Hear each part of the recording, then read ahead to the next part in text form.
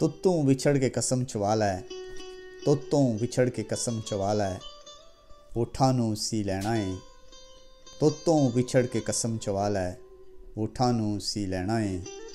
एक भी लफ्ज़ आजात नहीं करना, ना कल में कुछ कहना है।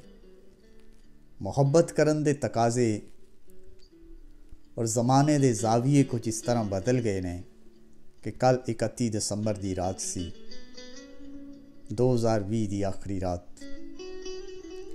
बुढ़ियां दी मां आखदी है कि तुसी किसी ने हैप्पी न्यू ईयर नहीं कहना।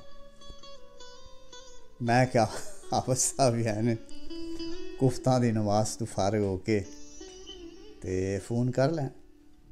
फिर हुण मैं एक शेर सुनाया जेह्ड़ा मैं बिलखसूस तुहानूं भी सुनाना चाहना कि कूली उम्र होया कर बैठा, कूली उम्र होया कर बैठा, जुल्म कुफ्र गुनाह कर बैठा, और पखड़ू सब बनेरी उड़ गए, जंज चढ़ी ये ठा कर बैठा।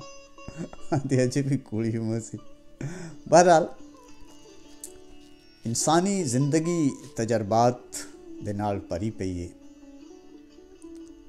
हाफिज़ साहब अपनी जिंदगी दे कुछ तजर्बात शेयर करदे होए दसदे ने जिन्हां चों बड़ा फखर करदे। मैं किन्नी बारी आख्या किबला इन्हां दी हुण जान छड्ड दिओ, इन्हां च की पिया होया। लेकिन फिर भी पता नहीं क्यों कदी कदी वो जमीन ते शाह शड़प्पू दे खाने वाह देंदे ने ते किली कलीर दी पग मेरे वीर दी दे टप्पे गुनगुनाना शुरू कर लैंदे ने। अज तो 30-35 बरे पहले दी गल है, शायद किसी ने हैप्पी न्यू ईयर ही कहना होवेगा। टैलीफोन चक के कान नाल लाया तो उहदे च ट्यून नहीं सी आ रही। फरमांदे ने कि इस तरह सी कि जिवें पूरी कायनात दी ट्यून रुक गई, पूरी कायनात दियां दिल दियां धड़कनां बंद हो गईयां। इक्को ही चारा सी कि कुबारां दे ढारे नाल टैलीफोन दा खंभा लगा सी, और उस खंभे ते चढ़ के ते टैलीफोन दी डीपी दे विच कनैक्शन बदलिया जांदा ताकि लाइन बहाल होंदी और किसी ने हैप्पी न्यू ईयर किया जाता। मैं कि किबला दाढ़ी रखी होए टैलीफोन के खंभे तो बंदा आधी राती चढ़िया होए। आंदे दाढ़ी का तो खंभे का तो एक ते आपे च कनैक्शन कोई नहीं, नाले उससे मेरी दाढ़ी है भी कौन सी, ना तेरी दाढ़ी सी। खैर इंसान ने वक्त की कदर करनी चाहिए। वक्त एक ऐसी चीज़ है कि जड़ा बगैर जख्म दित्तियों, बगैर कोई घाव लायों वड्डे तो वड्डी ताकतां जिहड़ियां ने उन्हां नूं एलिमिनेट कर दिंदा है। सन अपने वालिदैन दा एहतराम, इज्जत और उन्हां दी खिदमत करनी चाहिए जिन्हां दे वालिदैन इस दुनिया ते जिंदा ने। कि अल्लाह ताला दी ज़ात पाक तो बाद तुहाडे वालिदैन ऐसे ने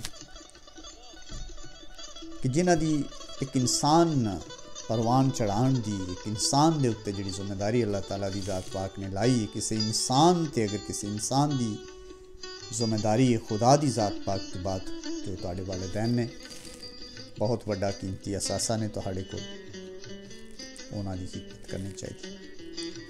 2021 दा साल साढ़ियां सारियां वास्ते कामयाबियां, कामरानियां और खुशियां दा साल। तुहां सब न दीवा चैनल दी तरफों, मेरी तरफों हैप्पी न्यू ईयर। कोशिश ये करनी है कि अगर किसी ने खुशियाँ नहीं दे सकते तो किसी ने दुख भी ना दईए, किसी का दिल ना दुखाइए।